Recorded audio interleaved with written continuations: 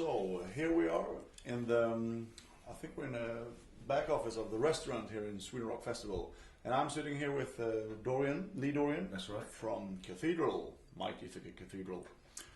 Did you have a great gig today? Yeah, it was good. I mean, it was a little bit wet. I think we brought the bad weather with us because we normally do, British people. But yeah, it was a little bit rainy, but it was cool. Great gig, good sound on stage and everything, and the audience seemed to dig it. So it's the main thing, really. You know. Happy about it? Yeah, it was cool, man. Cool. Do you have any special thing that you guys do before you go on stage? Do you have any rituals? And I don't mean any spooky rituals. Going on this week, because we were on at midday, so sleep is probably the ritual. That's a good thing to do. But just a few beers and a few cigarettes, really. Yeah. Cool. Yeah, I mean, we've been going for like 20 years, so we kind of, you still get nervous and everything. Yeah. You still get stressed and panicked before you go on stage, but rituals, no, not really. Just and after the gig, what happens? We get drunk and fall asleep and do the same the next day, I guess. Lots and lots of sleeping. Well, it depends. Sometimes not much, but most of the time a lot. Yeah. Yeah. Can you give us the story about the new album, The Guessing Game?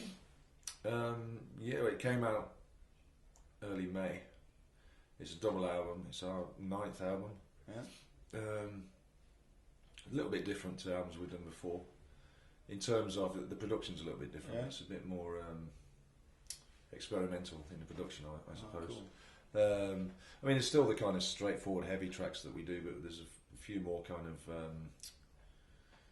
I don't know. We use a lot of different instruments like sitar and mellotron and female vocals and stuff like that. So it's quite. Sounds cool. Yeah, it's quite diverse record. I mean, it's double. It's quite a long record.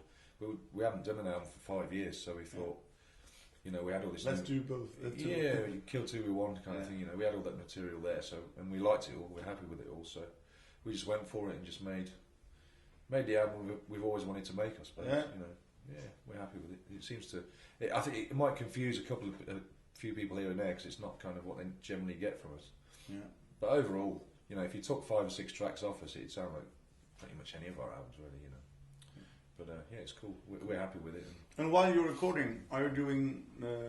Because we have been interviewing some bands, and they're telling us that they are doing more and more live stuff as in the old days, or how does the recording process? Recording live. Yeah.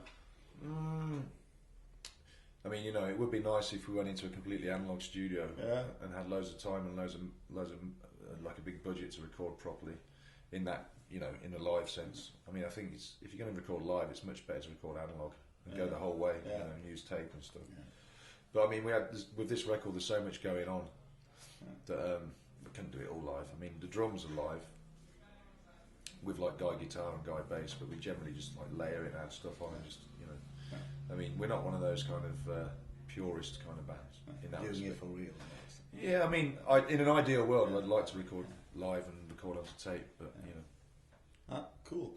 And are you doing any tours right now, or just festivals? No, we toured the UK with a band from Japan called Church of Misery, and a band from the States called The Gates of Slumber. That was like a 2-week tour in the UK, well, less than 2 weeks.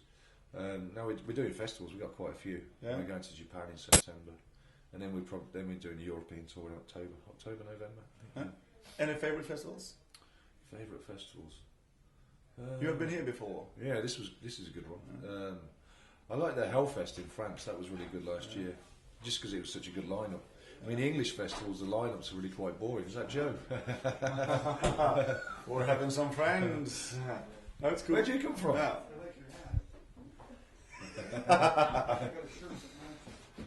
No, it's okay. We're off to the races. Yeah. See you in a bit, Joe. Hey, you're staying at the hotel tonight? Yeah. Cool. They come in hundreds. Where did they come from? I don't know, man. They've been in the toilets. Okay, so you're doing festivals and all that stuff. And we have some questions. Do you have any crazy fan stories? What's the craziest things a fan ever done to you guys? I'm vegetarian, but someone sent me a dead cat in a box before. What? Yeah, that's one thing. It's like all the bones and stuff. That's not good. Not a nice thing to do, is it? No. It was some kind of satanic person. I don't know what it was. It was kind of That's weird. Okay. That's probably the worst thing. I'm trying to think of some others. I mean, there's been times in Colombia, for instance, when someone in the audience had a gun. Yeah. And we shooting the gun in the crowd before we went on stage. That was a little bit unnerving. Generally, they're generally good fans. Though, that's good. Only a couple of examples that are not. Okay. Cool. So I think we're in a bit of shorter time, as I figure. Cool. So we have to round up. Good stuff, man. Thank you very much. Thank you very much. All the best. Thank you. Cheers. Rock and roll.